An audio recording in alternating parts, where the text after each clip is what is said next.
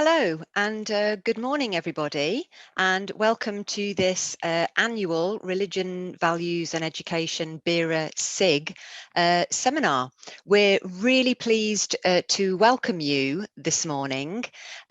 Usually, we have a seminar face-to-face every year, but of course, given the pandemic, that's not been able to happen. But we're delighted that you've joined us this morning. That's fantastic. Thank you. So this year, we've got some excellent speakers.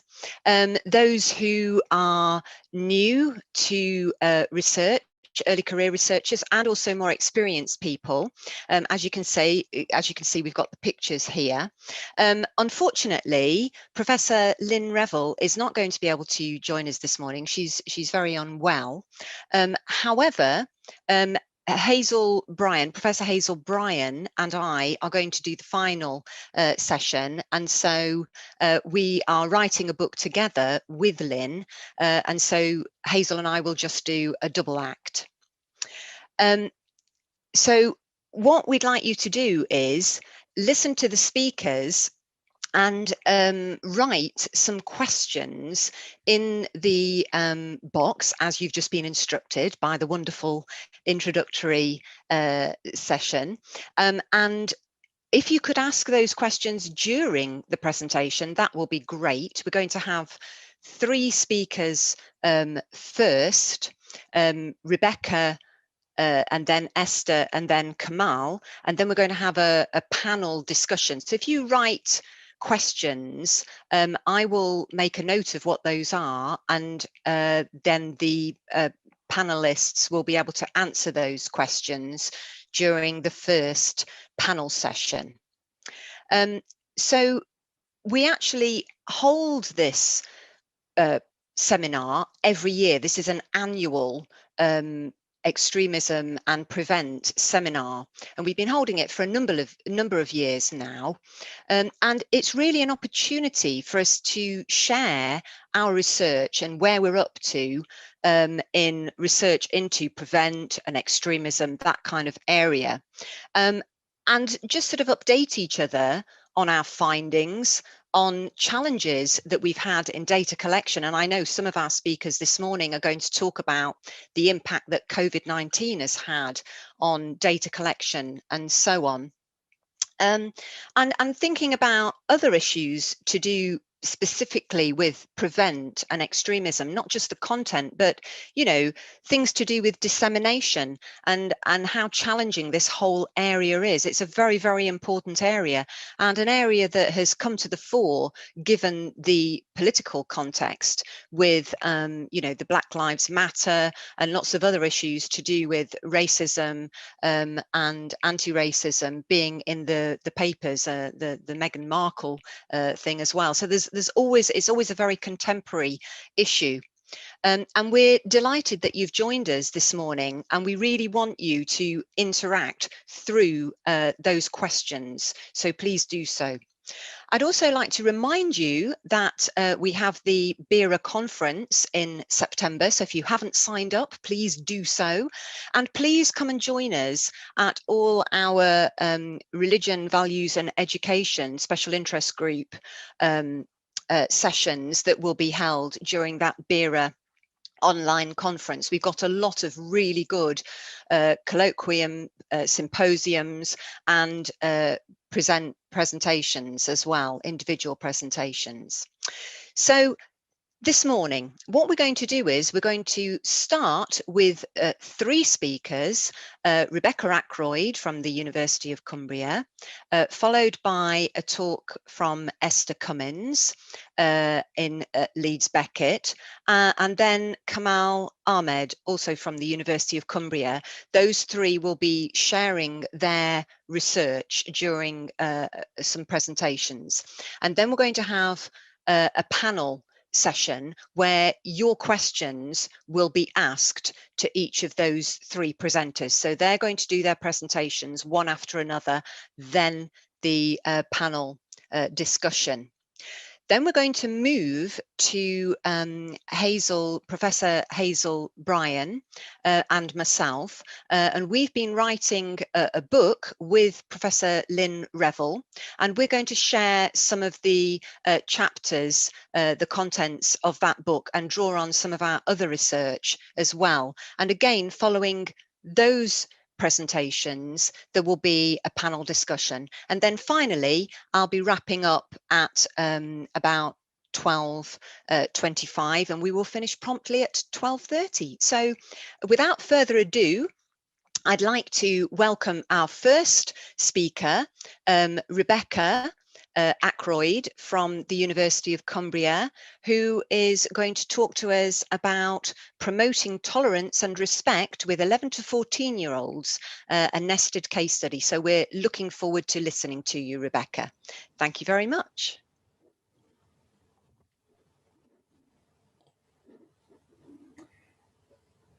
Good morning, everyone. Thank you very much, Sally. My name's Rebecca Ackroyd. I'm at the University of Cumbria, and my PhD research looks at how teachers of religious education understand or construct the values of tolerance and mutual respect with 11 to 14-year-olds, so a focus on Key Stage 3 in England.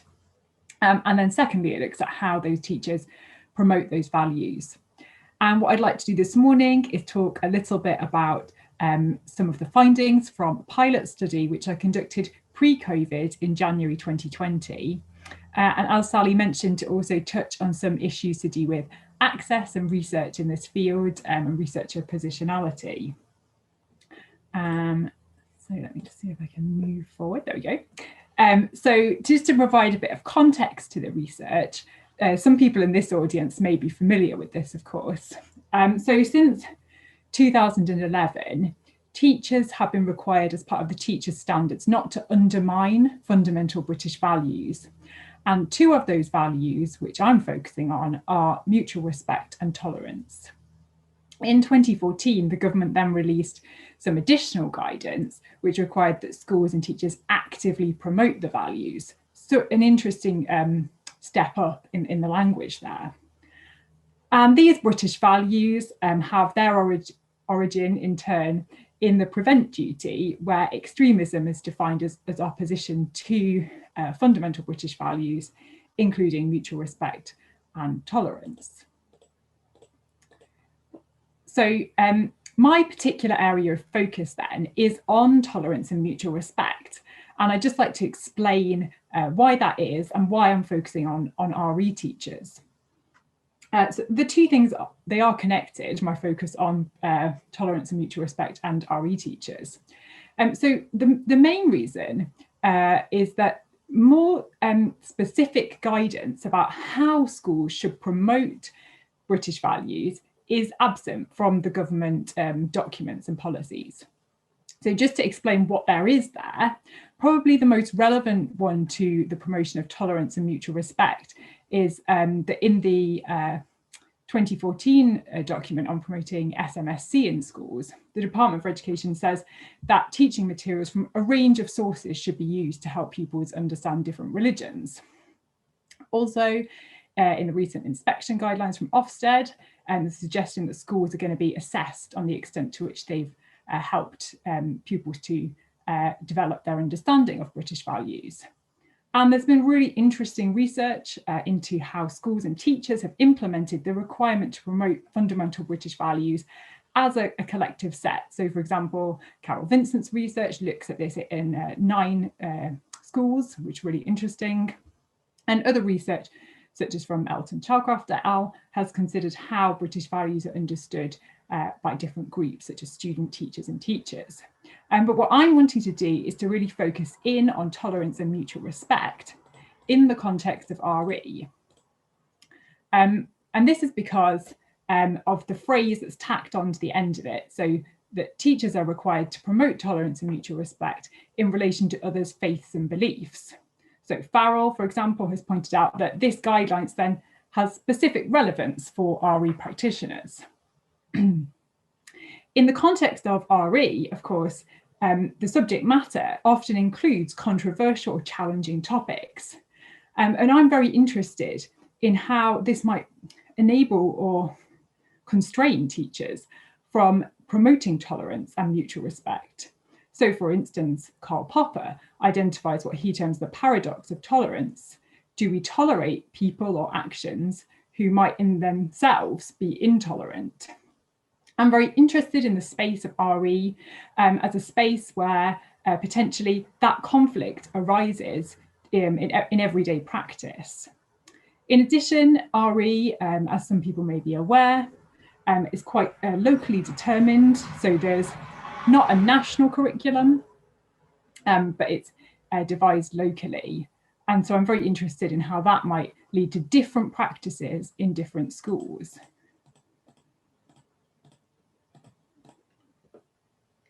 So my research questions then look at how teachers of RE construct the concepts of tolerance and mutual respect, and how they promote them. So for a bit of audience participation, I'd be very interested in how you understand the term tolerance. So you are invited to complete some ideas in this word cloud. We'll just give it a moment and see what people think. The idea here is really just to get you thinking about the kinds of issues that might arise in my research. So someone's linking to respect or accepting other people. Putting up with is really interesting. That's a phrase that comes up really commonly in my pilot study research from both teachers and young people. Yes, they're really interesting ideas about accepting other people as well.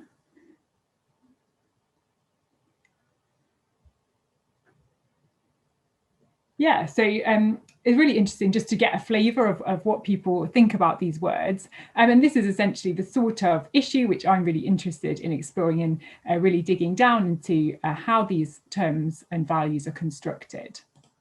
So I'll now invite people to do the same, but from mutual respect.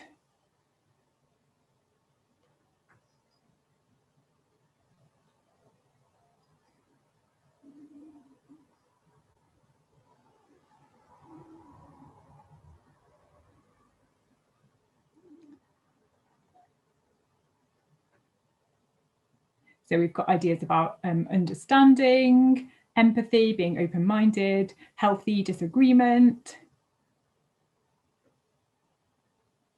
And it's interesting that understanding is coming out as a much larger word, suggesting that several people are using that phrase. So what I'll now do is discuss a little bit about my pilot study, and you might start to see there some similarities between the types of ideas that people have just put forward there and my own findings. So I did a pilot study in one secondary school in England back in January 2020. So it was a single case study.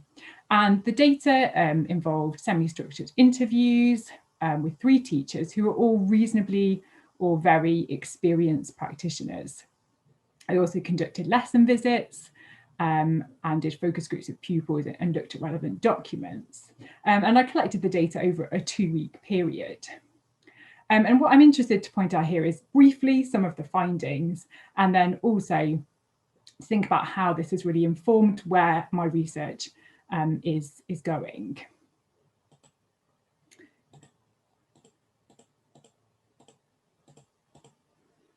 So another important point to mention is this issue of researcher positionality, which I think is really relevant to research, particularly in this area.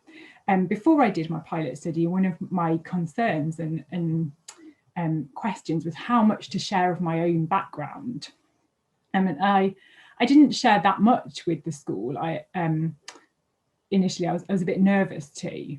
But once I had completed the pilot study, I asked them for some feedback on how they'd found the process of being involved in the research. And the feedback was really that they had found that because I was a teacher, it had made it really easy. They liked that I was a teacher and that I taught RE, and they found that they felt that that was something that enabled them to be very comfortable with me. And the fact I had a DBS check and understood how a school worked meant that they didn't feel like they needed to escort me to lessons. I could just appear there, and that sort of thing. And so that has really changed my approach for my main studies. So I'm now much more open about my background as an RE teacher. I don't share my views about the values, but being really open about my own background has really helped to develop relationships with schools and teachers. So in terms of the findings, I'm going to focus on how the schools and the school and the teachers promoted the values. So the first, excuse me, area is the idea of teaching knowledge about religions and beliefs. And what was interesting here is that all of the teachers identified the idea that teaching knowledge about religions and beliefs enables them to promote tolerance and mutual respect. However, at the same time, as we can see from Dan here, they problematize and question whether this is really an effective way. So for example, Dan says, well, yeah, they, the pupils, can talk about it, but it has no impact or bearing on them and how they live their life. It's, you know, a thing that exists in a kind of vacuum, completely separate to them. And this is really interesting and ties into some interesting comments in a recent paper from Hannam and Biester, where they also comment about whether increased understanding does actually lead to tolerance. The second area focuses on embedding values across the curriculum. So avoiding one-off lessons where the title of the lesson might be tolerance or respect, because, as Helen suggests, the young people themselves identify that that's what's happening. Whereas a much more productive way, the teachers felt, was to build tolerance and mutual respect and the promotion of values into everything you do. So it becomes an ethos of your teaching. So, and in this school as well, they had done a lot of work on cross-curricular opportunities and identifying where values could be promoted across the whole curriculum as well as in RE. And then thirdly, an area to do with promoting tolerance and mutual respect, which I've labelled responsive teaching. And the practices here vary between individual teachers, but they might include things like modelling tolerance and respect in your own behaviour in the classroom, drawing on your own experiences, the use of really open questioning, which connects to facilitating dialogue. And the dialogue can arise both between young people in the classroom and between a teacher and a young person. Fiona, in particular, emphasised that drawing on her own experiences was a strategy that she really liked to use. So being really open about her own internal thought processes as a means of opening up dialogue and discussion. So she would very often open a lesson with a question and then just enable the dialogue to develop from there. So in terms of how my pilot study has affected my plans for future research, because of this variety of practices that I saw between teachers within the same department, I've shifted to using a nested case study methodology to allow me to capture what's happening and the contrasts within an RE department, and then also to have cross-case comparison with RE departments in other schools. As part of a development, because obviously this is January 2020, I've developed with my epistemology as well. I've got a much more close focus on language and how the values are being constructed, and then how that links to their promotion. And I'm now using discourse analysis to analyse the data from my main studies. And a COVID adaptation for me has been to explore the use of walking interviews. So because I think this is a topic that is really important that participants feel relaxed and comfortable to talk about with me as the researcher, and also to enable me to continue to collect data face-to-face. Using walking interviews allows me to be outside with the participants, but to still try and have a more natural dialogue. And then lastly, just to illustrate the nested case study, I've just put a diagram to make it a bit clearer. So I'm interested in the national level, the macro context, then the context of each RE department, and the individual RE teachers. So having this comparison between teachers as well as across departments. And then I just have some references which might be of interest to people. Thank you very much for your attention. Thank you, Rebecca. That was really interesting. Thank you very much. So we're going to have the questions at the end after all three speakers. So do write them in the chat bit. And now we're going to have our next speaker, Esther. Esther Cummins, who is from Leeds Beckett, and she's going to be talking about researching values and ethos in faith majority schools. And what's going to be interesting for us is the fact that you're going to also be talking about the impact of COVID-19. And I could see there was one question already about the impact of COVID-19. So over to you, Esther. Thank you very much indeed. Oh, and I should have mentioned, actually, I forgot to say that Esther is our new convener to support me as convener of the Religions, Values and Education SIG Special Interest Group. So we're delighted that you've joined us and we look forward to hearing your presentation. Thanks, Esther. Okay, thanks, Sally, for that introduction, and thanks, Rebecca, as well.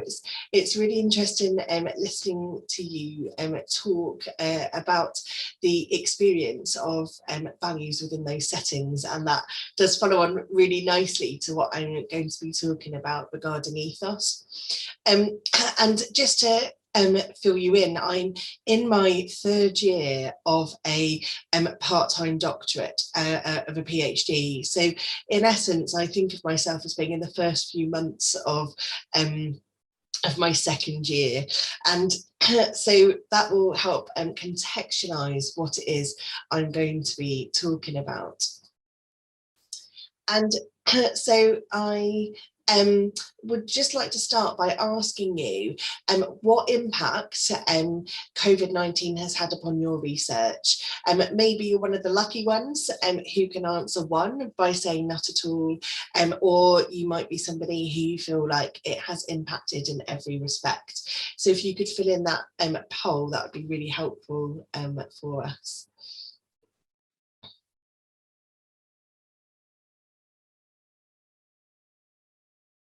It should be appearing on your screen.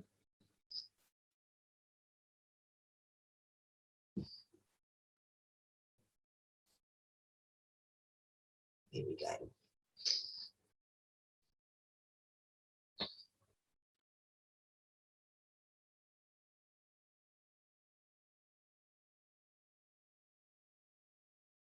Okay, thanks for the responses so far. So we've got a bit of a mix. We've got some people who are suggesting that it was quite a significant impact that it's had on them. There's a few people who are saying, no, not really. This hasn't really had much of an impact at all. And for me, I'm going to be sharing with you the fact that it has had an impact on me personally. Now, if I take us back a few steps, and some of you may be familiar with some of the literature that sits around what school ethos is, but one of the things that I have realised through beginning to look at the literature is that actually it's a term that seems to have different uses, different meanings, and often seem to be referred to as nebulous. There seems to be an understanding that school ethos impacts parental decisions around choosing schools. And in fact, anecdotally, often people will say to me, oh, I really liked the ethos of the school.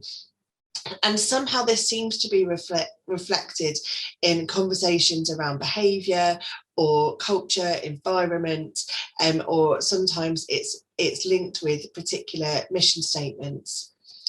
And so delving further into the literature, I seem to be finding that commonly there's a key article by Donnelly from 2000, which is used prolifically within the wider research community to be suggesting that ethos has two particular meanings.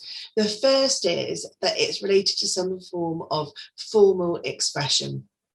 And looking at how this is explored further, Bragg and Manchester talk about this in relation to marketisation. We've got Foster and Smith talking about a religious or a civic purpose. McCohen talks about expectations of stakeholders, and there's also seems to be this this idea of mission being tied up here as well. And so sometimes this is called formal, sometimes official, sometimes articulated. Pike talks about intended ethos. But Donnelly also explores the idea that actually ethos is something that is informal, and it isn't something that can necessarily be pinned down. So these ideas of it being lived and experienced are, again, ideas that are picked up in this wider literature. Smith and Darmondi and Modin, Laffman and Osberg all talk about this lived, this experienced ethos, and something that potentially can be used to understand how people are interacting with each other. So it seems to be very heavily related to a group of people and particular behaviours, rather than just sort of a one-off occasion. And with that, then, my initial research was designed around being an ethnographically orientated case study. My intention was to go into school and examine the formalised policy of school ethos, but also to have a look at what I saw. I was intending to undertake interviews with the staff within the school, and also do some creative workshops with the children. And this was anticipated to be within a Catholic primary school. And if you have any understanding of the timeline of COVID, you will understand that when I had my ethics approval at the end of March 2020, that you'll understand why I then felt fairly despondent. Because actually at that point, when I was all ready to go, I actually was in a position where the schools were actually, oh, hang on, I just need to go back to the previous slide. Where the schools were actually closed to most pupils.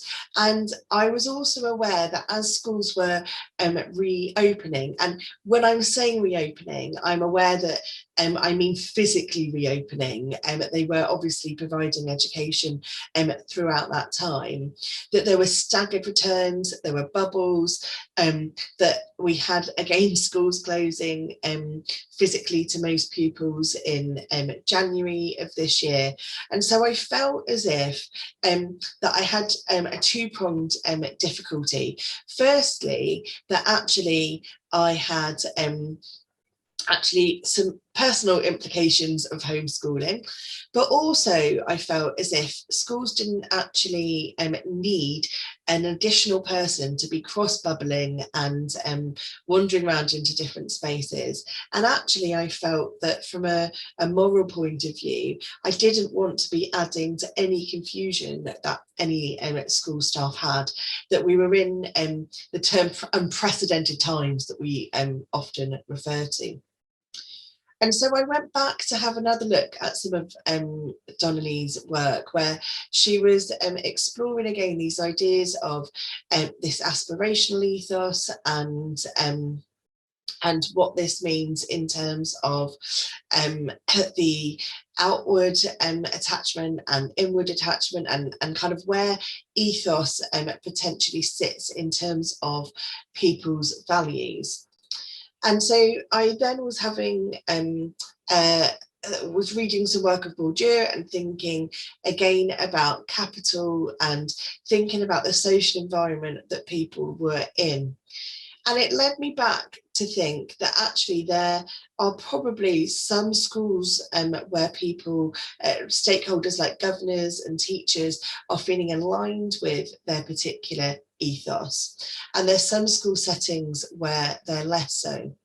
And so I've begun to explore the work of Bourdieu by thinking about the different forms of cultural capital. Particularly initially, I've been looking at the objectified states and the embodied states of capital to think about actually what could be present in a school. So that led me to then think, well, what actually is it that I want to be having a look at? Do I want to pause my research and just focus on literature reviewing? And initially I wondered about that with my supervisors, but we felt actually we didn't know how long the pandemic was going to last to be able to gain some access to schools. I could have looked at doing a virtual ethnographic project, but again, I felt as if that was putting a lot of emphasis on the schools to be engaging, and where things were in very uncertain times, I was cautious of putting those expectations on the school. I thought about some ethnography, which is to do with, so Costello et al. Talk about this as being in different forms of involvement, from lurking to active participation in online conversations and activities, and a way of examining some of the textual data that is out there around schools. And then also just reviewing which of the chosen methods I felt were going to be feasible at the time. And so what I've come back to is these ideas of ethos as being formal and informal, and that actually I feel as if the policy analysis is very much reflective of the formal ethos that is required of schools. And I'm currently looking at Catholic Education Service guidance, particularly around Christ at the centre, which is around expectations of ethos in schools. And I've been undertaking interviews of governors and teachers and head teachers within different school settings to again begin to get an understanding of the informal ethos that is happening out in the different settings. And from there, as part of the policy analysis, this quote from the Christ at the Centre documentation is looking about ethos being this way of living and behaving. And I think for me, it's beginning to help me understand that actually values that we set and values that we hold personally, but also collectively, cannot be separated out into documentation. But this is very much about something that is lived and experienced. And it's making me think that in the future, I may well want to be visiting schools. And certainly I'm hoping as my research career develops that will be the case. But it's coming back to these ideas that actually there are these particular values, these common values that seem to be shared, and what that looks like in terms of those different settings. So thank you very much for listening to me, and I'm looking forward to answering your questions shortly. Thank you, Esther. That was really good. And what I'm impressed with is both Esther and Rebecca have done interactive parts to their presentation. So thank you both very much. Very interesting talks. And thank you to those of you who have posted questions already. That's really helpful. Thank you. We will be putting those questions to the three panel speakers at the end. So the last speaker in this first section of this morning is Kamal Ahmed, who is going to be talking to us about his research, constructing the identities of the ulama in contemporary Britain, Dar ul Ulum's education. So I'd like to welcome Kamal. Thank you, Sally. Good morning, everyone. My name is Kamal Ahmed, as Sally introduced me. I'm a lecturer at the University of Cumbria. I'm also undertaking my PhD with Lancaster University, exploring how Darul Uloom education impacts the construction of Deobandi ulama identity in Britain. Okay, so just to set the scene, I thought I'd begin with an introduction in terms of the Muslim community in Britain. And I think it's this audience, a lot of us will be quite familiar with Muslims as a minority group and the treatment of Muslims as a minority group, which isn't that different to other marginalized minorities, being negatively targeted by the media of a dominant culture. Muslims suffer normalized abuse, discrimination, and oppression, all of which I actually believe occur as a result of misrepresentation. A lot of research on Islam and Muslims shows that Islam and its followers have been misrepresented as homogeneous and typified as exclusively terror-prone and somewhat of a danger to civil society. Normalizing Islam, however, as a faith that preaches violent acts, is quite dangerous and worrying, and perhaps most importantly, quite painful for those who identify as Muslims. A classic example of that is the Christchurch attack on Muslim worshippers in 2019 in New Zealand, which is an example of a tragic outcome of someone's irrational hatred born out of misconceptions. Reinforced negative public perception of a group's identity has both personal and social consequences, with discrimination, alienation, false media representations, and Islamophobia. A Muslim person's identity is consistently impacted in a negative way. Institutionalized prejudice also plays a role in this, as it limits opportunities through racial profiling by security and law enforcement agencies. And it's important to recognize that negative treatment of minorities generally help us understand how this extends to the oppression and discrimination faced by Muslims in general in the UK. The normalization and imposition of British values, or I should say fundamental British values, and the obsession with it suggests that this culture, its people, its viewpoints, is somehow superior in what some academics have called white privilege. The presumption, there's a presumption that people of color are somehow less, whether that's socioeconomically, culturally, intellectually, or spiritually, and thus they need saving, guidance, and control, or in this case, with the Muslim community, de-radicalization. This ideology underscores the dominant culture's attitude towards minority groups in Britain, resulting in various forms of discrimination, including the implementation of policies such as the Prevent strategy and fundamental British values. The Darul Uloom ulama in this country are a significant community within the Muslim community in Britain, leading almost half of the religious Muslim establishments in Britain. By its historical roots and the circumstances under which they were founded can be misrepresented or misunderstood as being opposed to the British way. However, for Muslims to truly be a part of society, communication needs genuine dialogue and understanding with government, media, and the public, as well as the mainstream academic press. But there is no chance of a dialogue if the Muslim voice is absent or misrepresented.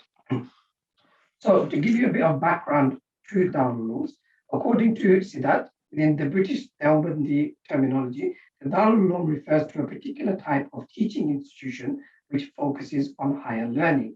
Upon graduation, Darul Uloom students gain the title of an alim, or a scholar of Islam, which in most South Asian countries is equivalent to a bachelor's degree, and in some cases it's equivalent to a master's degree. This then qualifies them to serve as an imam and cater to the religious and spiritual needs of their respective communities. But what makes Darul Ulooms distinct from other formal centers of Islamic religious training is its emphasis and philosophy of preserving a pristine form of Islam by preserving the classical Islamic texts as well as the interpretations, which include the Quran and Sunnah. So the origins of Darul Ulooms in Britain historically and geographically originate from the Indian subcontinent in Deoband. Here, the first Darul Uloom was established as a non-violent resistance to early British colonial rule in 1866. It was during this period a new education system was introduced by the British, which was perceived to be a threat to the Islamic orthodoxy and identity of Muslims in colonial India. As a result, the initial impetus for Darul Uloom seminaries was actually to protect Islam from the cultural influences and hegemony of British colonialism. The Deobandi institutions eventually expanded and spread globally. Its establishment in Britain began post-World War II, in which primary settlers from South Asia began to settle and establish roots in Britain. Deobandis, as I mentioned earlier, have now become the largest Islamic group in the UK, overseeing no less than 41% of the country's masjids or mosques. To date, there are also now over 30 educational institutions in Britain that are linked to Deoband and serve as educators of Muslims in Britain, and subsequently produced a new generation of British Islamic scholars. Educational provision in Darul Ulooms, however, and its outcomes have become a matter of concern to policymakers and the media in recent years. In the current geopolitical climate, the government's counter-terrorism strategies for Britain's engagement with Muslims have also raised questions of security and integration focused on Darul Uloom education in Britain. And these are just some examples of the kind of dominant attitude towards Darul Ulooms in the UK. Much of this is owed to media-fueled speculation, prejudice against Muslims, and the Orientalist bias of Western thinking. Edward Said's famous work demonstrates how the opinion of Islam has historically been discolored based on speculation as opposed to facts. He concludes that knowledge of Islam is produced through the Orientalist bias of Western thinking and critiques the Western media on how it covers Islam, misinformation, misconceptions, and misunderstandings. Thus, the image of Darul Ulooms, like other representations of Islam, is constructed through the controversial manner in which it is depicted in the media and public discourse. This leads to the often erroneous generalization that these seminaries foster extremism, and as a result, a sensationalistic portrayal of Muslims, in particular Darul Uloom graduates, as potentially threatening radicals, has emerged over the years. The literature suggests there is a paucity of research which has documented the origins, curriculum, or culture of Darul Ulooms, let alone attempted to understand its complex social and religious processes. More recently, however, attempts to gain access have been more successful, although notably by a Darul Uloom graduate. Harun Sidat, using his privilege from Cardiff University and status as an insider, provided a detailed account of the religious training which occurs at Darul Uloom in the Northwest. However, although Sidat's work, detailed work provides useful insight into that particular Darul Uloom, and in his words, captures the everyday lived reality inside a traditional Darul Uloom, there's no research which actually explores the lived reality experienced by Darul Uloom students outside of Darul Uloom after they graduate. In other words, in Britain.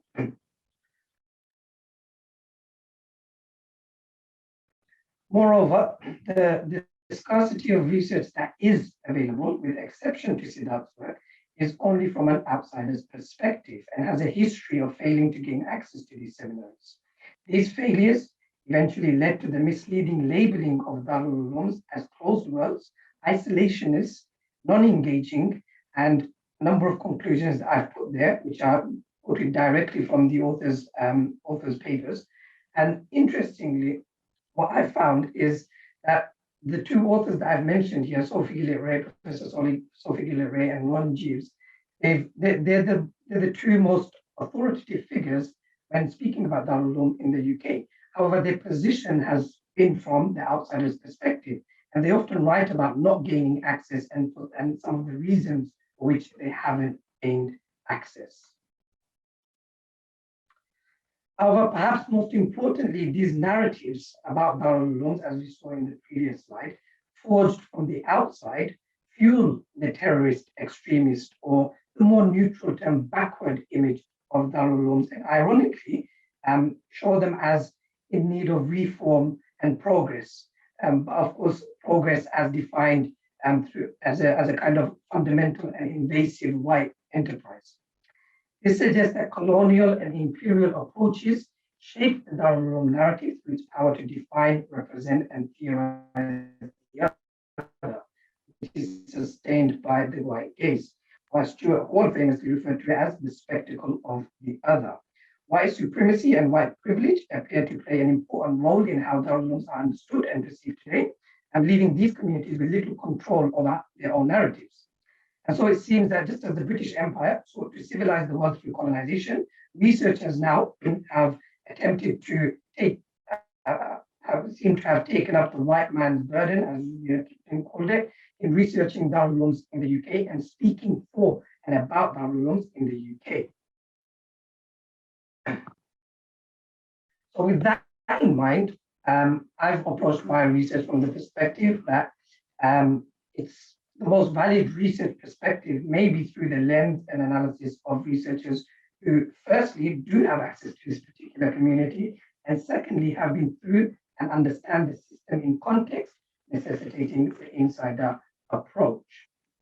And this leads to my particular research, which aims to overcome barriers previously faced by outsiders and provide a unique and thorough analysis of Darul Uloom graduates through an insider's perspective by my virtue and status as a Darul Uloom graduate. I hope to present a nuanced account of life in Britain for Darul Uloom graduates and explore through their self-narratives how they navigate and negotiate their identities as British ulama. I hope to provide a platform to a marginalized and often misrepresented group of the British community and empower them to tell their own stories of life in Britain, thus making a unique contribution to the study of Muslims in Britain. So in terms of my positionality as an insider, I am a Darul Uloom graduate. I graduated in 2010.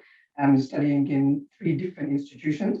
I'm also an active member of the ulama community, so being familiar with their culture, language, and traditions. And interestingly, I was also able to successfully gain access to a Darul Uloom in 2015. Merton suggests that researchers who possess the same values as their participants have privileged access to certain kinds of knowledge, and it's this privilege that I hope to use to gain to understand the Darul Uloom community. And as Conant famously said, whites can never be as sensitive to the Black community as Blacks, precisely because they are not Black. As such, it appears that the most important element of insider research is the concept of shared values, which creates a direct, intuitive sensitivity that enables empathetic understanding of the participants possible. This in turn will enable me to provide a valuable account of the participants' narratives. And in relation to the research conducted by Ron Jeeves and Sophie Ray, it appears that they were actually denied access, perhaps because they did not possess the relevant experience of the social interactions required for gaining access to this Darul Uloom community. These experiences and familiarities with participants' ideas, attitudes, motives, and intentions in relation to the Darul Uloom experiences are crucial for providing a detailed analysis of an enclosed community. So I started my research with the following research questions. I sought to find out how do ulama narrate the impact of Darul Uloom education in shaping their identities in modern day Britain. I wanted to explore what factors actually contributed to the identity formation of Darul Uloom ulama, and to what extent the ulama feel that their Darul Uloom experiences contribute to that identity construction. I also wanted to find out how ulama negotiate the religious and national identities. So being a Darul Uloom graduate and their British identity, and what the ulama's views on the relationship between the Darul Uloom identity, in other words, the Orthodox Islamic identity and national British identity, and whether both could coexist. And finally, I wanted to explore more explicitly whether the ulama themselves feel a conflict between Darul Uloom values and British values. So the sample of participants that I'll be approaching for my study will be individuals who have graduated from Darul Ulooms in the UK. I've added an actual condition position that it needs to be after 2005, and the graduation should have taken place after 2005, as it was after 2005 that Muslims began to be viewed as a suspect community and subsequently came to the forefront of policy making in Britain. Although originally I intended to recruit 10 to 12 participants, and the number of participants will be reduced to 6 to 8 due to the length and richness of the data. And I'll be using in-depth semi-structured interviews to gather the data. I conducted a pilot study in last year between October and November. And I'm just very quickly, I'm going to report on that pilot just before I finish. So the preliminary findings, data from the pilot interview revealed through the participants' personal voice some of the wider concepts concerning issues of identity, such as culture, religion, and community, that are important contributors to the complex and multifaceted identities of Darul Ulama. The data highlighted the significance of Islam and its importance in negotiating the participants' faith and place in Britain, which clearly distinguished his experience from that of non-Darul Ulama and other British ulama. For the participant, his religious identity and spiritual nourishment acquired through his Darul Uloom journey were the primary markers of his identity. However, it was also identified that along with his religious identity, there were several crossings between his Darul Uloom identity, culture, and community. Importantly, contrary to the literature, the participant didn't feel a significant tension between his Darul Uloom identity and his British identity. He constantly reinforced the idea that his identity as a Darul Uloom alim did not contradict his British identity and was insistent that they were compatible with each other. His identity and his Britishness appeared to be well integrated, even referring to himself as a British Maulana or a British alim.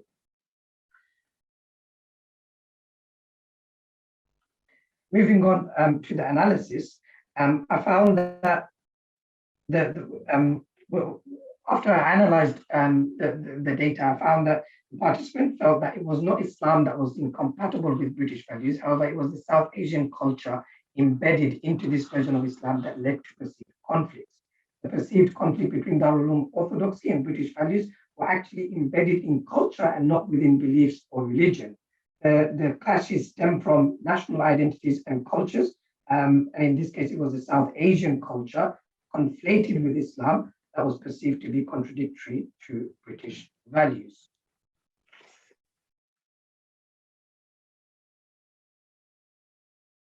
So essentially, sorry, I skipped the slide.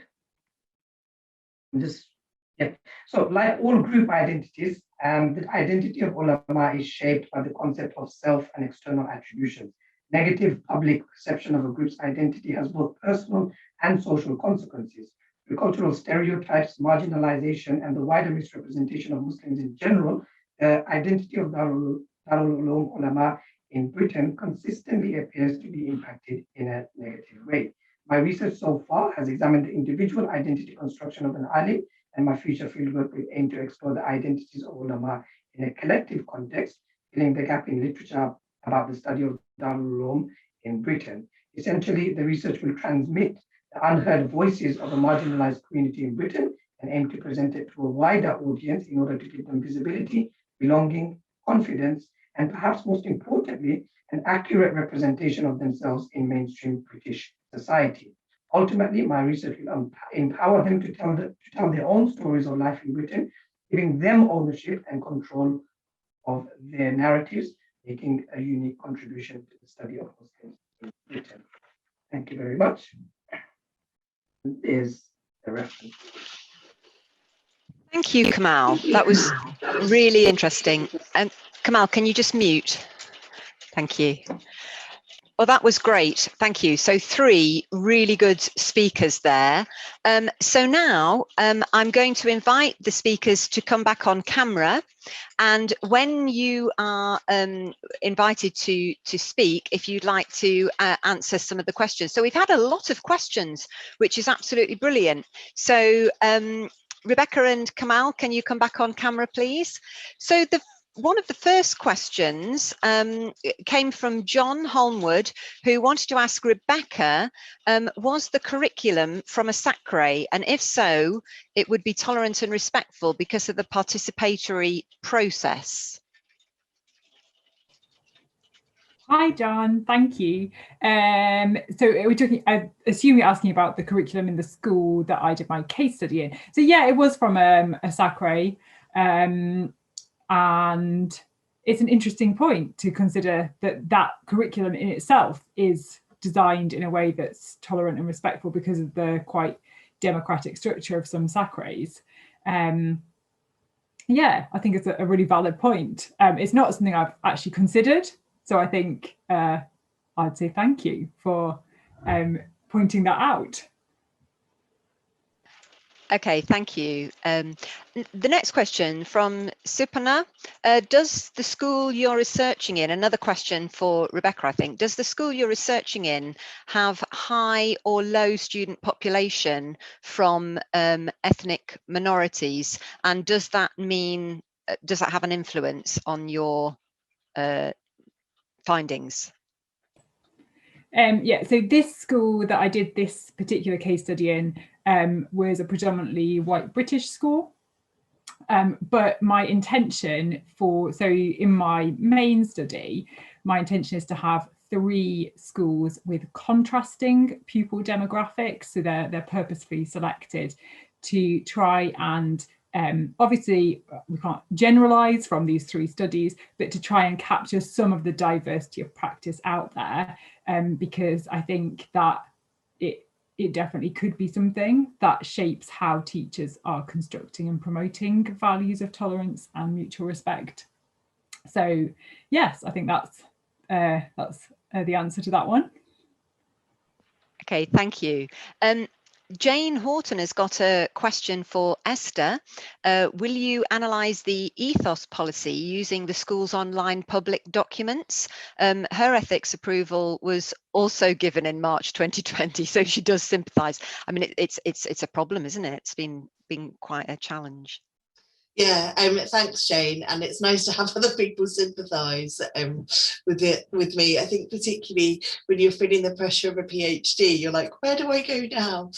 In terms of researching the school's policies, I discussed this with my supervisors, and I know that it's common practice. So what I'm about to say isn't against that.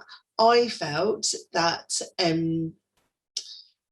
that what I didn't want to do was start analysing policies that I couldn't discuss with individuals that had written them. And I felt as if the public domain of say the Catholic Education Service, where they're saying actually this is generically what we're putting out, felt a different type of policy analysis. Now I am thinking that actually I would like to get to the point of analysing particular schools, but I'd like that to do that in conjunction with the school, like the leaders and the people that have written those policies themselves, to unpick that, because again, I think it's quite a personal issue, but I felt as if I wouldn't want somebody pulling apart, for instance, what I've put on Twitter or what I've written without kind of having a conversation with me. So that's a real personal preference, and I know that not everybody would agree with me, but yeah, that's the stance I've taken. Thank you. A question for Ahmed Kamal. This question is, the person is not quite sure whether the term white supremacy can still be used, and white privilege is a more relevant term in today's context. And in fact, the whole terminology, maybe all of you would like to chip in on terminology, BAME, BME, black, brown, racialized others. But Kamal, would you like to start off for us, please? Yeah, I think in terms with regards to terminology, it's constantly changing. With using specific terminology, it's quite a fluid process and quite a dynamic process as well, where it's constantly evolving, it's constantly changing, and with all the kind of hype around political correctness, what's politically correct and what isn't politically correct. But I guess in a sense, I do agree. The more appropriate terminology would be white privilege. But I was quoting sources from mainstream academia, and the term white supremacy is used. But I think I completely agree. I think white privilege is the more appropriate, would be the more appropriate term to use, especially in the current climate that we're living in. Thanks, Kamal. Rebecca or Esther, do you want to add anything to that on this idea of terminology? What have you used?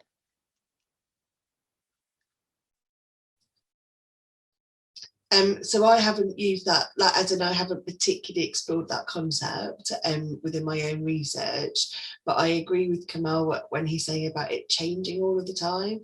And so one of the things I've been thinking about, for instance, I'm often using the terminology faith majority school, where I'm saying actually that isn't just at schools with a religious designation. This is about schools that have the majority of their population within a particular faith grouping. And I think actually the more I read, the more I realise how important terminology is, and also the clarification of what you're using, and actually that some people don't want to be termed as particular things. And I think that then is interesting, I think, because it's important to adopt actually the terms that people are using about themselves as well. Thank you. Rebecca, do you want to add anything? You don't have to.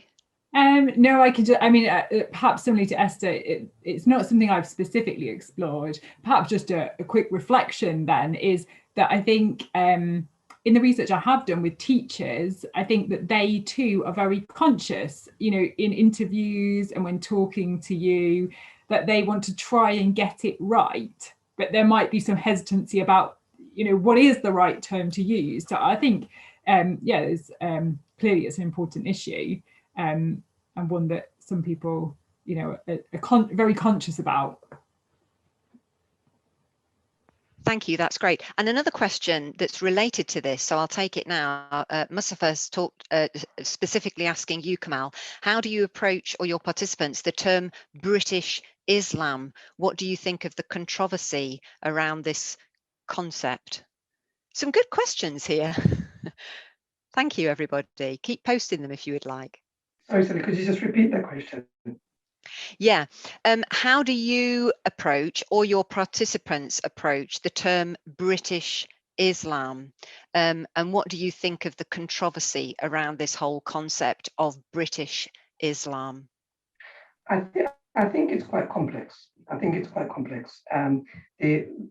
What my participants understand as British is quite, as my data revealed, is quite compatible with Islam, or their version of Islam.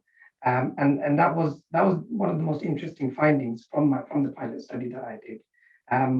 So where we have this notion of fundamental British values, and the kind of the mutual respect and tolerance and things like that.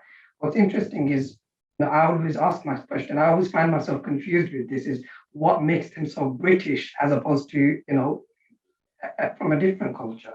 And that's why I think it's more of, and I think you've written about this, Ali, it's more of a political term as opposed to a kind of, as opposed to values that are shared between different people and cultures. And I think that's quite important, understanding British values through its political terminology as opposed to what it presents itself as. In terms of what the participants feel, I think again the study that I did, he was very adamant and constantly emphasized that British values aren't very different from, well, the British values underscored in that strategy aren't really aren't much different, or aren't different at all to Islamic values or Muslim values. Thank you, Kamal. Now, there have been a couple of questions about positionality, and all three of you, so again, I'd like all three of you to address this in whichever order. So Jenny Robson has asked about positionality of the insider and why it's so significant in researching the implementation of PREVENT. And she goes on to add another question relating to researcher positionality.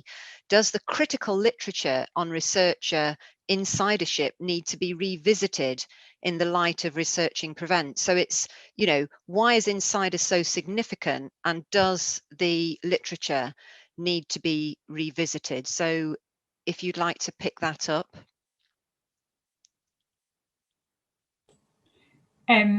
Thanks, Jenny. I think it's a really interesting issue. I think it's something which I'm still in the process of reading and writing and thinking about. So as I mentioned in my presentation, I perhaps initially wasn't as aware of my level of insiderness. So I saw it as more of a black and white, well, I'm not a teacher in these schools, so I'm an outsider. And what I've been engaging with much more recently is literature around this kind of idea of much more of a spectrum of insider to outsider, because I have a lot of insider knowledge. No, I don't teach in the schools where I'm researching, but I have loads of knowledge about RE, about how you might teach it and experiences. And I think like that's just been about a process of reflexivity. I'm not quite sure exactly what you mean by the sort of issues around PREVENT, but what I would suggest is potentially that perhaps my position as an RE teacher and sharing that with my participants does, perhaps similarly to kind of what Kamal was discussing, perhaps does give me some access to these schools and teachers, which someone else might not as easily be able to get. But perhaps Esther or Kamal wants to follow up. I think what you've said echoes for me in terms of, I think particularly when I've been undertaking the interviews more recently, is that I was anticipating that because I wasn't physically in those spaces and I wasn't doing like an ethnography where you become a bit like a fly on the wall, that actually there was very much an outsider point of view, and I was anticipating that through the ethnographically orientated study that I would still be an outsider but become a bit more of an insider as time went on. And I think that for me, I've realised that actually, because of what I bring into those situations of being a former teacher, being a former school leader, having an understanding of the ways that schools work, I think that's that actually does open up particular conversations, because I think people then kind of say, well, you know, therefore, you know, you almost understand. And I think I could be wrong, Rebecca, but I think that you might have talked earlier about your positionality in terms of you still not sharing your particular values. And I think for me, where I'm researching some of like the faith schools and things, is I've been cautious not to share my own faith, like of this is what I think, this is my my religious stance on this. And I think in some ways that's meant that particular spaces haven't opened up, but I'm also conscious of assumptions that can be made, that if you label yourself in a particular way, that actually that can then be interpreted kind of differently. You must therefore think this, so I'm going to tell you this. And it's like, I don't, so it's an interesting one, particularly Kamal, where you're saying actually for you that religious element has potentially opened the spaces. So I don't know if you want to share. Thanks, Esther. Thanks, Rebecca. Kamal, would you like to add? I think as Rebecca said, the insider-outsider issue is on a spectrum. So you can never really be a complete insider, or in some cases you can't really be an outsider. with specific reference to my research, as you know, I'm constantly calling myself an insider, but at the same time, you know, the process of reflexivity plays such a huge role. Having conducted the pilot interview, you know, locating myself within the research in relation to my participants, I identified that, you know, we do have a lot of similarities. You know, the participant and I, we had a lot of similarities, but we also had quite a few differences, which was interesting. And I was thinking about, you know, we shared the same religion, we had the same gender, our languages were similar, and to a certain extent, our educational background was similar. At the same time, you know, our culture, our age, the generation we came from, our class, our status, our positions, you know, they're all different. So naturally, that causes that creates that imbalance between the insider and outsider. So in terms of the critical literature, as I think the questioner asked,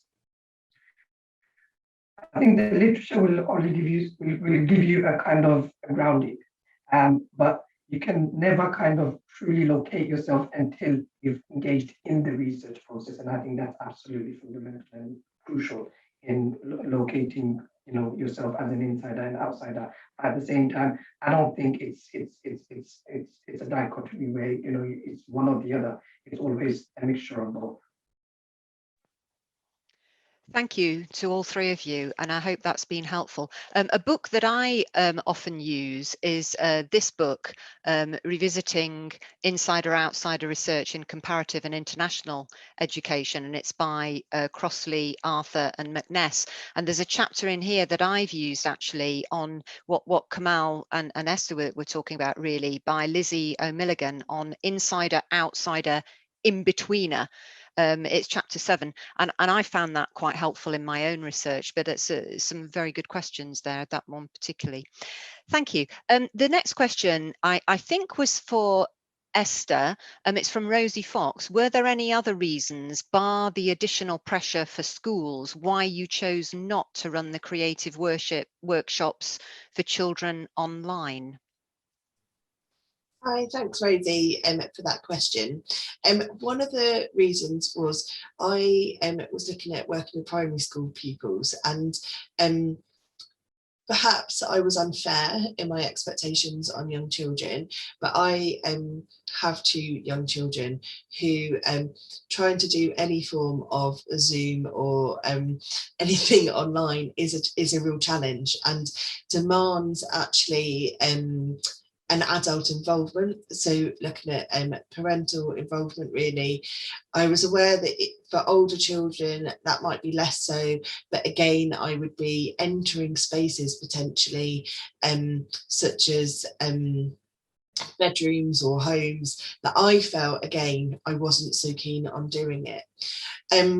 I really hope that this is something that I can explore in the future. I was really looking forward to having children, for instance, tour the schools with me and things like that. And I think it was, in a way, I felt that I wouldn't get as clear data as I would particularly want. So it was mainly logistical, and perhaps that a braver and a more experienced researcher would have gone down that route, but I just felt as if actually, particularly with the younger children, that I've been firefighting more than actually getting data. So yeah, but thank you. It's a good question. Thank you very much. I'm just aware of time, and we've got about 5 minutes left before the next session. So can I ask the three of you to look at the questions yourselves? And if there's a burning one that you would like to answer, let me know. And while you're doing that, and I would like also to ask all the questions that all the delegates have asked, because I'm a very inclusive sort of person, but there isn't time. So while they're looking at questions, could I just ask Alex's question? Should we develop terminology that moves away from a focus on non-whiteness towards something that facilitates white people to better consider their own ethnicity? So if you'd like to answer that one, any of you, as well as trying to think of any other questions that you'd like to answer? In short, Alex, yes, I think, and this is an area that I am not currently, I'm not researching as part of my PhD, but I'm feeling very conscious of in my role as like course director and working with a number of well, just future teachers, that I'm thinking, actually, I want to get this right, and I want and I'm really conscious that things like when we talk about like minority ethnicities, again, that's to do with a particular location geographically and globally. So I do think that we need to move away from the non-whiteness, and I think actually the more I'm becoming aware of the issue, I think the more I'm realizing that actually I haven't understood the issue as much as I want. I know one of Kamal's quotes was around that, was that actually I, as a white person, I can't always understand that. So okay, Kamal, would you like to comment on that? And then I'll ask Rebecca if she'd like to ask a question. Choose a question. Kamal, would you like to comment on the non-whiteness one? As I mentioned before, I think terminology is really important, and I agree with Esther. Yes, we need to revisit the terminology that's used. So absolutely, yeah. I'm going to make my answer quite short.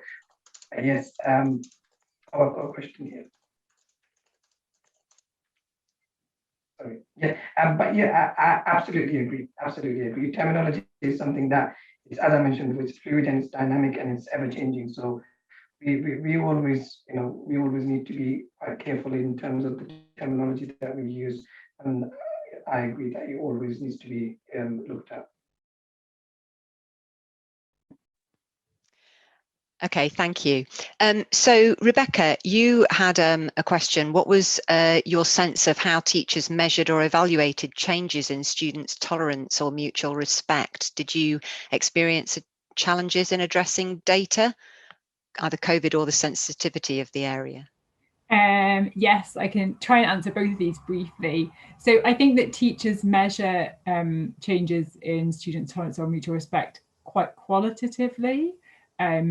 I think they, in my case anyway, with these teachers in this school, I think that they don't see that as something that they're going to deliver one lesson on and that's going to be sorted. It's a long process and something that they kind of sort of work through sort of years 7 to 11. It's a process rather than a moment. And I think what's particularly important in this school, for example, was they could identify some moments. For example, they're a very white British school, and they'd had an outside speaker who was a Muslim come in, and they felt like some events like that were really powerful. So they described how this Muslim visitor they had, for example, came on the stage in the school wearing a backpack and got the young people to verbalise their sorts of what they thought about when they see a Muslim person with a backpack, that kind of thing. So there were some moments like that were maybe really significant, but then in terms of the curriculum, much more of a gradual process. And then challenges and accessing data. Yes, I mean, I knew that other people were going to talk about this more, so I didn't talk about it as much, but basically I've delayed my data collection by nearly a year now. And for me, the key to that has just been about maintaining the relationships with the schools and being really patient. But hopefully it's going to come together for me in the next couple of weeks that the schools have got a bit more time now. And I didn't want to add any pressure to schools. So yes, they're going to have some more time after the end of May. Thank you. Kamal, is there anything else you'd like to add other than, yeah? Yes, I just like to answer a question, and I've seen, given that Darul Ulooms are conceived as non-violent resistance to colonial education, perhaps why they are viewed with suspicion, what can ulama do? I'm going to answer that very briefly.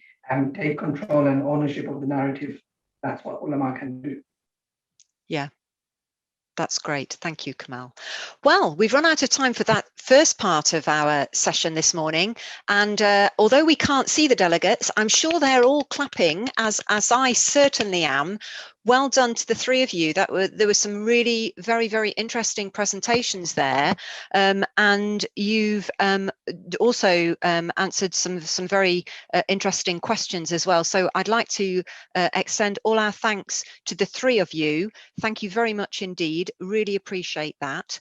And Esther, I'm looking forward to continuing to work with you as a co-convener of our special interest group. And so now we're going to move on to the second part of the session, which is myself and also Hazel Bryan, and we are going to be talking about our book, which is called Teaching in an Age of Extremes. And so Hazel and I are going to do a double act, and then we'll do a similar thing. We will actually have time for some questions, which Esther will help me field at the end. So we're doing a short presentation, and then you have an opportunity to ask us some questions. So I would invite Hazel, my co-presenter here, to put your camera on when you're ready, Hazel, and I will begin this part. Okay, so the picture that I chose for this whole seminar was I am just Muslim, not a terrorist. And one of the things that we're trying to explore in our book that myself, Hazel and Lynn are writing at the moment as we speak, is we're looking at themes in this whole idea of education in the age of extremisms. And the three themes that we're going to be looking at, and Hazel will explore those in a little bit more detail in a moment, are the development of a national secular agenda, the chilling effect, and vulnerability of pupils and pre-crime environments. And what we're actually looking at throughout the whole book is this idea of the prevent effect. So our overarching aim is to encourage wider thinking about education in an age of extremism, so that our readers, whatever their context and prior and current experience and stance, our readers can extend their understanding and appreciate the complexity of different responses to policy in educational professional practice. So our book aims to situate anti-terrorism policies in a wider political and cultural trends within society, rather than as focusing on just one aspect. So we're examining the interplay between education, the state, power, bureaucracy, and the idea of professions in the 21st century Britain, and also compare how a selection of other countries have approached this interplay. So we've got one chapter on the global. Now, another thing that we do in our book is we're drawing on a number of different fields, which include recent legal theory, sociology, social work, counterterrorism studies, things like that, to supplement the focus on education. So we're trying to be an all-encompassing book, drawing on these different strands. And another of the aims of the book is to make the case that prevent and anti-terrorism strategies are themselves indicative of more profound shifts in society that go beyond the war on terror and the responses of governments to that war. So, while the book makes reference to international and terrorism policies, many of our examples relate mainly to the British context, where preventing terrorism has become a commonplace activity for the teaching profession. And the prevent effect in England is a culmination of three interconnected trends, which is what I've just explained to you on the PowerPoint: the development of a national secular agenda, chilling effect, whether there is a chilling effect or not, and whether some teachers think that that is the case or not, and the construction of pupils as vulnerable citizens situated in schools and universities that have become pre-crime environments. And so our book explores the use of the cultural script of extremism and vulnerability to legitimize the collapse of the distinction between the public and the private. And one of the things that we're going to refer to from work that we've done in a previous book is Bauman's concept of liquidity and the view of the failure of liberalism as the root cause. And that work was actually published in this handbook, Palgrave Handbook to Education Law for Schools. And so we're looking at this failure of liberalism, according to politicians, which is a loss of patriotism. And so the governmental response is a demand for regulation and to bring in legislation for Britain in the form of the prevent duty in education. And the cause of the failure of liberalism is that educational settings are not given the space to be fully liberal. So our book provides examples from the teaching profession in particular that is suffering from a loss of agency. And that's something that we explore towards the end of the book when we look at teacher professionalism. And there's a lack of confidence, and it's characterized by a fear towards coercive legislation. And so we investigate and interrogate in our book the operationalizing of the power wielded by the state. So how the prevent strategy is manifested in educational settings. So we look at this whole prevent effect. And we examine the theory behind practice. So, for example, what ideology might underpin strategies to prevent terrorism, both in Britain and in a selection of other countries. And we discuss the extent to which the state has arbitrated between various groups and decided a course of action which it believes to be in the best interests of the nation, or taking a Marxist reading, in the best interests of a capitalist regime, as Scott argues. We explore how the state uses education, and in particular uses schooling, to engage teachers to promote a set of values in the context of an age of extremism. But the state does not necessarily speak and act with a singular, unanimous voice. And it's this complexity that we aim to uncover in our book. And we explore which of the institutions that make up the state have the louder voices, and use their power to act in the best interests of the elite or of the marginalized, and what difference this makes to a range of young people in British schools.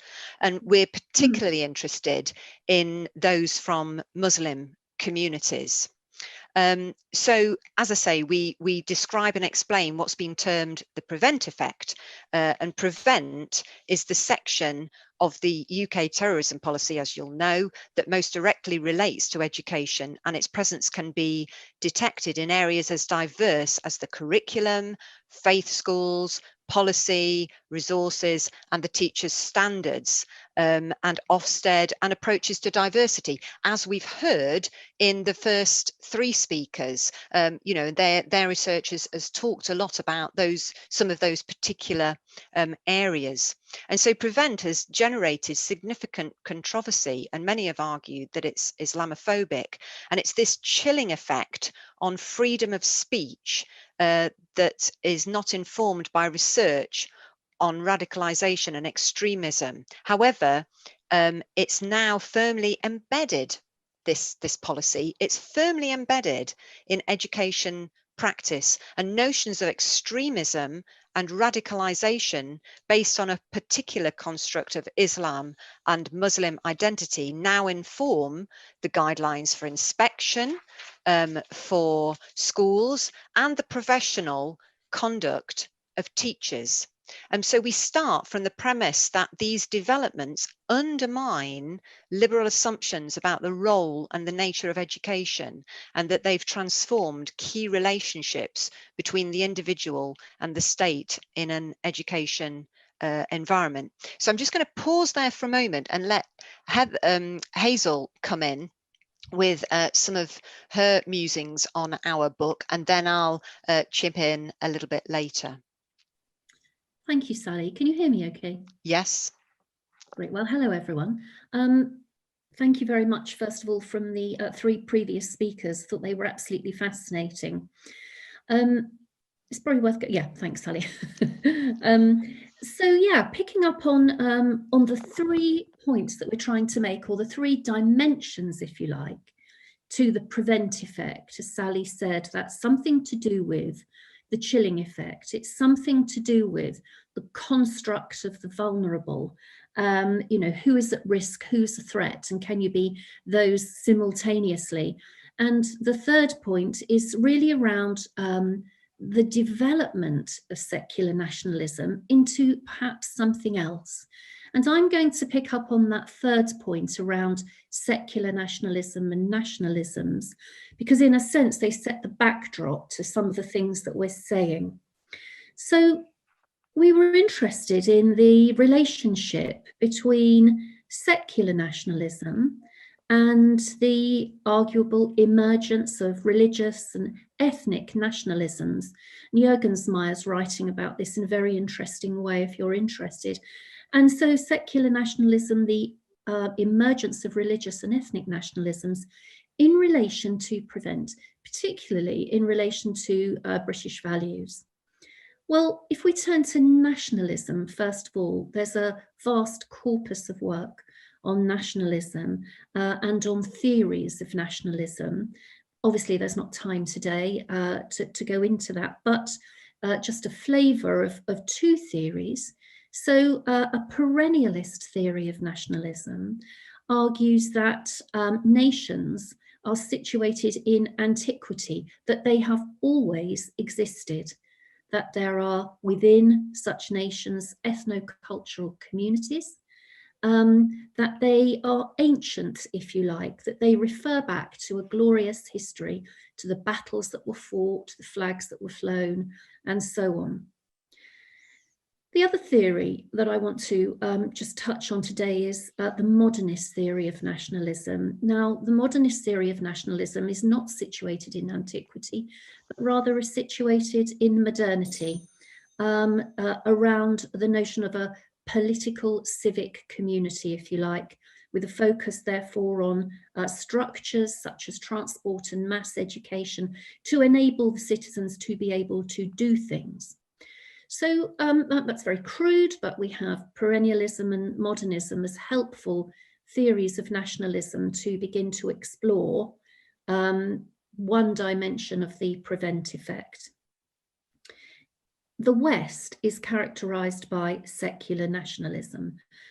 This emerged through the process of industrialization, and it ultimately brought with it mass education, and was, if you like, the political manifestation of the Enlightenment. We have had the separation, if you like, of religion and the state, certainly in this country. And secular nationalism, if you like, has characterized the way in which we conduct ourselves in the public sphere and in the private sphere. Secular nationalism arguably begins to lose legitimacy, if you like, with the emergence of new states. So as the colonial empire waned, we had an emergence of new religious ethnic nationalisms. And this is very interesting to map.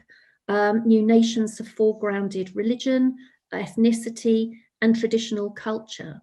And so we can see the rise, if you like, of religious nationalism through Viktor Orban's Hungary, through Erdogan's Turkey. We go into these in obviously a lot of detail in the book. So we have, if you like, an arguable waning of secular nationalism, or a challenge to secular nationalism, and a rise of new forms of nationalism, ethnic and religious nationalism. And Juergensmeyer puts into the mix the process of globalization as well. In the UK, a secular state, there's been, if you like, increasing calls for religion to be at the table within the public sphere.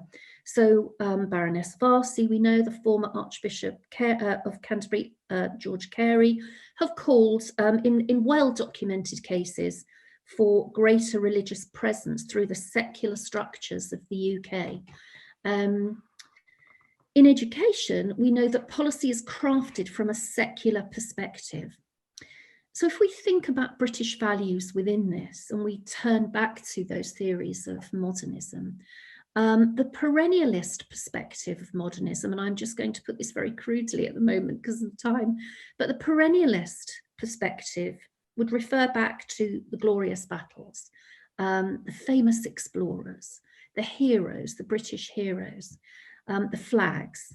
And we do see the emergence of a lot of this in schools when you go around the country and how British values are articulated. We see this, you know, all over the country.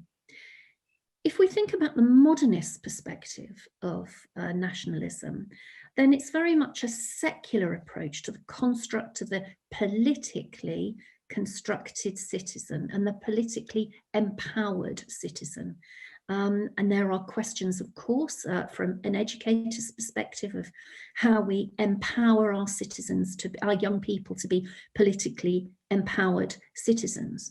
So if we stand back and think about the perennialist theory of nationalism and how we see that enacted in schools today, we think about the modernist perspective, the modernist theory of nationalism, and we consider how that is enacted in schools today.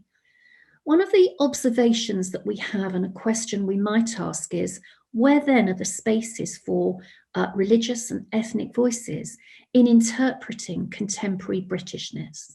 So this is, if you like, the rationale for considering the challenge to secular nationalism from other emerging forms of nationalism, and how these tensions can be seen to play out in the classroom context, and how, you know, part of the challenge, if you like, to the construct of British contemporary identity is in many ways a lost opportunity for a much wider consideration. The case in France is really interesting. President Macron has just brought in a new law of separatism. And this, if you like, echoes Cameron's Munich Security Conference speech, in looking at the ways in which societies have become separated. But for us, it also has echoes and a backdrop of different types of nationalism. The case in America too, with Donald Trump, if you like, an incredible and colourful expression of right-wing nationalism through the storming of the Capitol. And we know that European counterterrorism policy has been influenced greatly by the UK Prevent strategy. In America, influenced very much by 9/11, and if you like, the confirming of acts of terrorism as needing to be securitized from that particular act, from those acts of 9/11.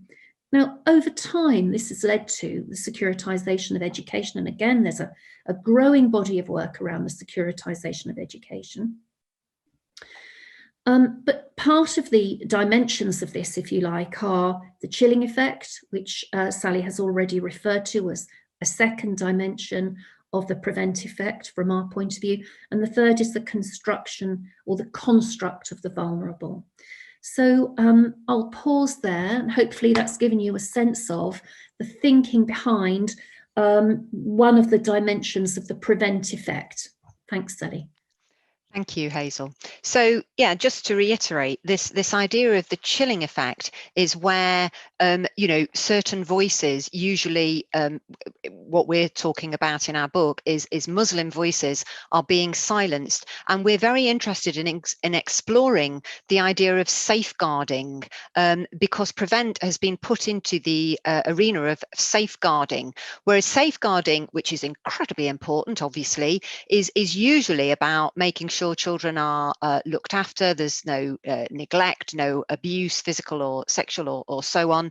But putting prevent and referrals to channel in that prevent, in that safeguarding arena where children are looked on as vulnerable is really a politicization of this policy, and the whole policy, prevent policy, being put into the standards and into safeguarding is a political thing, is what we're arguing. So the idea of a chilling effect is this silencing of voices, and we talk a lot in the book about communities of disagreement. So it relates back to what Rebecca was talking about earlier, and whether there are in fact safe spaces. We always tend to think of school providing safe spaces to talk about things, but actually these safe spaces are not necessarily now, or might not necessarily be safe for some children, some pupils, because they can't express themselves and express views because they will be termed as extreme, and thus there will be referrals to channel. So we're going to leave it there and invite you to ask questions now, and then I'll come back to the final slide at the end of the session. So if you would like to write any questions in the chat, and I'd like to invite Esther to come in and field those questions for us. Hazel, is there anything else you want to add while Esther's coming back on? I can't see the questions, so you'll have to read them out. I can't either, so Esther will be doing that for us. Hi. Well, as it stands, ladies, I can't see any questions either. It looks as if there's not been any asked, which I'm like thinking this surely can't be the case. So firstly, if you have a question, please can you make sure that you pop it in there. Yeah. And that should hopefully come up in just a moment. That's fine. While we're doing that, unless you've got a question for us, Esther. I do actually. Okay, yes, you always. Go for it. I always have questions. So I guess really my question is, you've talked a lot about like going down this route of actually these other agendas being happening. I'm wondering if you're thinking then, can we ever almost get back to where we were, or can we, like, what do we do basically? Do we need to rewrite prevent? Does it just need to go into a different section? Like, what would your thoughts be on that? I mean, prevent has been under review, since it was first crafted, if you like, and we've had different iterations of prevent, and it is under review again, and so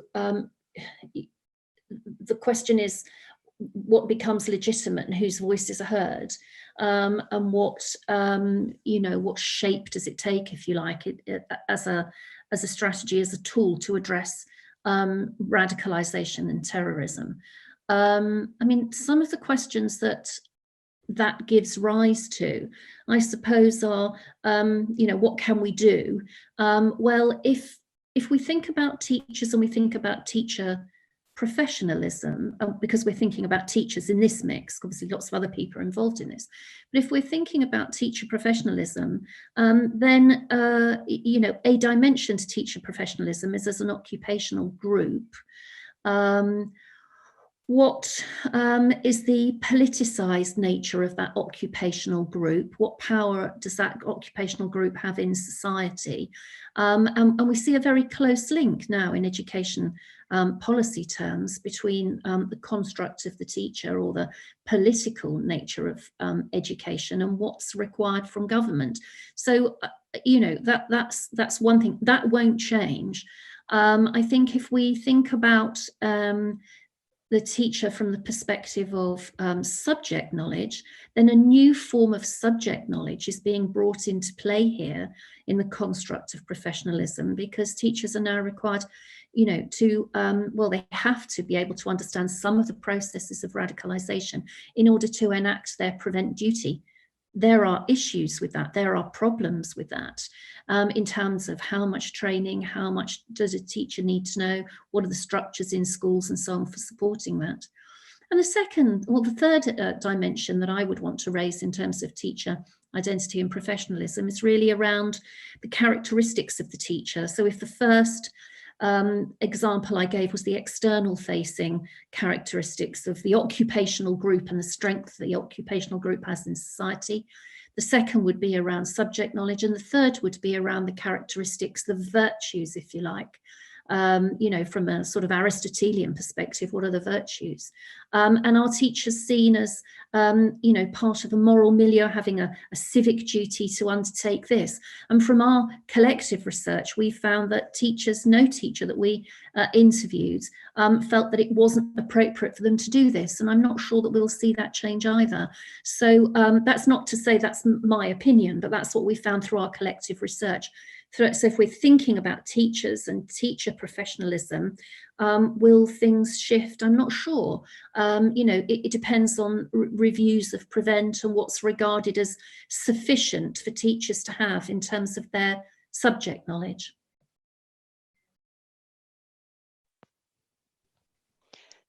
There are some questions now. Shall I just go for it, Esther? Yeah, do. So there was another question kind of related to that, actually, by Jonathan James. He said it would be great if you could talk more about teachers' professionalism. And one of the things that we're going to explore, thank you for that question, one of the things that we're exploring in the book is this whole idea of agency, teacher agency, or lack of agency. We were having a discussion about that when we were talking about the book yesterday. And one of the things that we're going to have in the book that I didn't go into any great detail in the presentation was the extent of teacher agency, and I developed a kind of a model, which I will very briefly describe now, because it takes a long time. But basically, if we think of 4 quadrants, you know, so like that, there are teachers in the top left who would promote white supremacy. And I know we've had a conversation about that before, but just bear with me. Promote white supremacy, have this idea that Hazel just talked about earlier of, you know, Britishness, tokenism, and Moncrief have talked about this as well. And they have this sort of like patriarchal sexist language as well. Where they are silencing views, and there's also a chilling of anything that is not mainstream, and so their teacher professionalism is eroded away. In the top right hand quadrant, teachers have no agency at all, because they are literally agents of surveillance. And Vinnie Lander and Lynn Revel and I and Diane Warner and Linda Whitworth have written a paper about that, where teachers are literally there as agents of the state. And so again, there is no agency in those top 2 quadrants. In the bottom 2 quadrants, teachers have got a little bit more agency. In the bottom left, they are tokenistic. There is a bit of chilling, but they are repackaging British values. And in fact, the research of Jerome and also Busher and Thomas's book, they talk about this idea of teachers kind of circumventing, going round the idea of Prevent and British values, and just incorporating it, assimilating it into their practice. So there is a bit of agency, but it's not kind of dynamic. And then the quadrant in the bottom right is where teachers have a little bit more agency within the context of limited agency in our British context. So they have a bit of agency as facilitators of discussions, open discussions, where there is no chilling, where students are not positioned as vulnerable, and where teacher professionalism can actually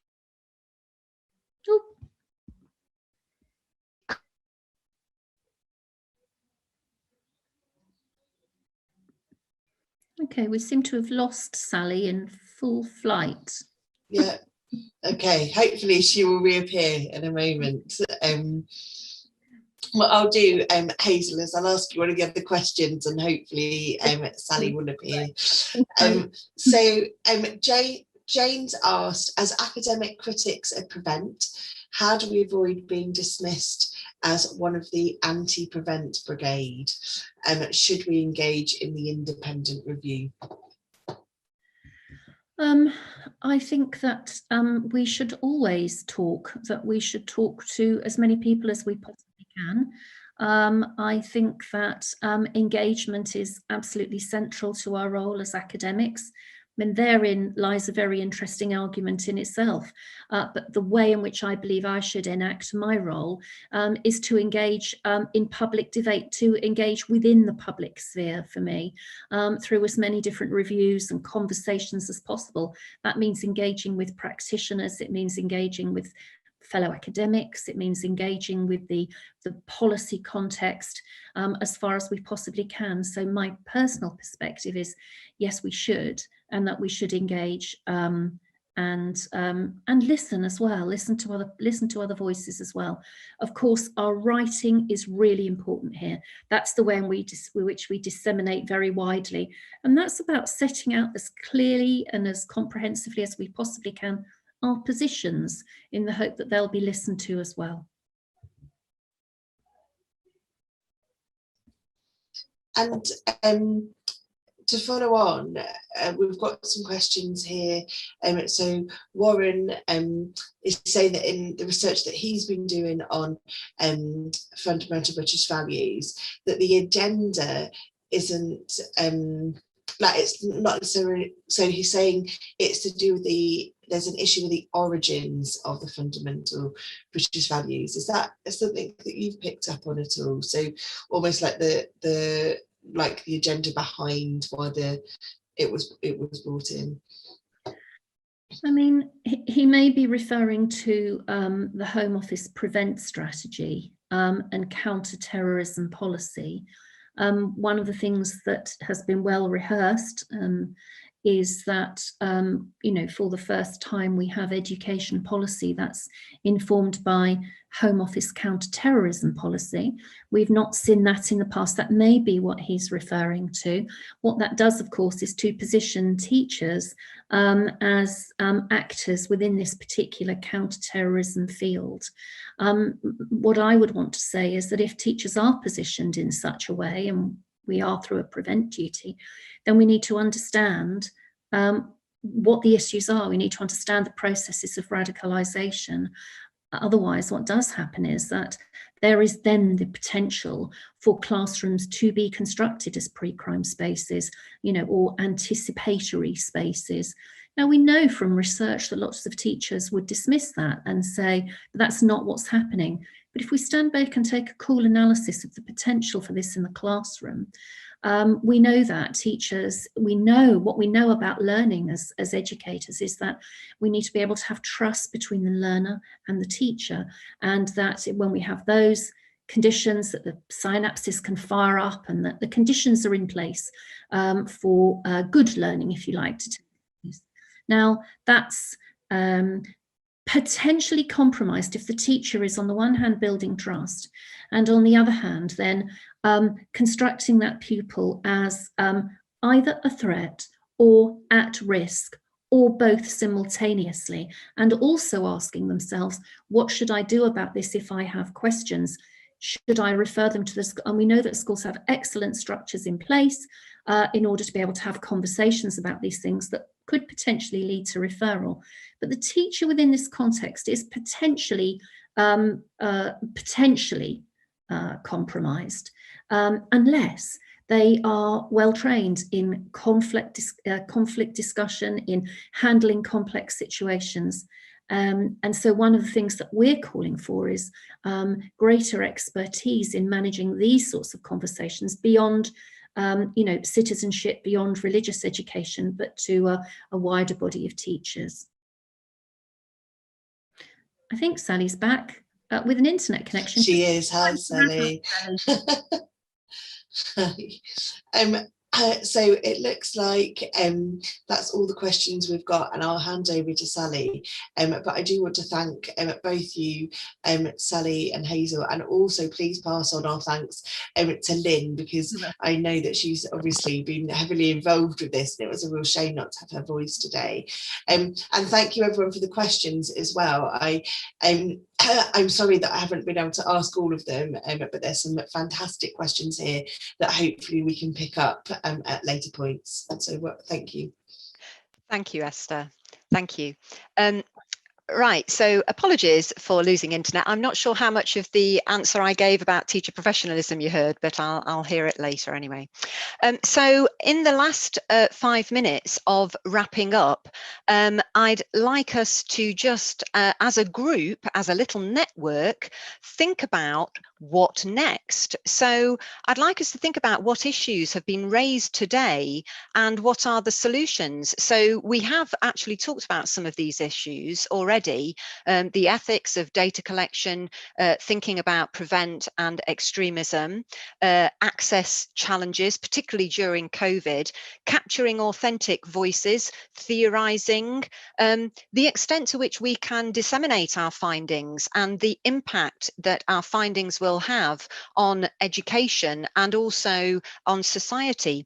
And so I'd like to sort of end by a plea really to ask you about considering the future of our SIG, our special interest groups, impact, because that impact is literally in our hands. So it's great that we've had this session today, this workshop, this webinar, but I think, you know, we can't just leave it here. We've got to act and make our voices heard. And all of us are engaged in very, very important work, very important research, and we can support each other by attending sessions like this. And hopefully you will come to our BERA conference in September and attend our religion, values and education special interest group sessions in September, and really feel as though you have a voice and that you feel supported. We're a very supportive special interest group, and so do get in touch with us, both Esther and myself, and we'd like to form a network, and we would like to welcome you back to next year's seminar, which will be next May 2022, and hopefully by then we might be able to be face to face. So I'd like to end now by thanking very, very much all our presenters this morning, Rebecca and Kamal and Esther and Hazel, and also Lynn in her absence. It's been a tremendous morning. I hope you've enjoyed it too. So thank you very much.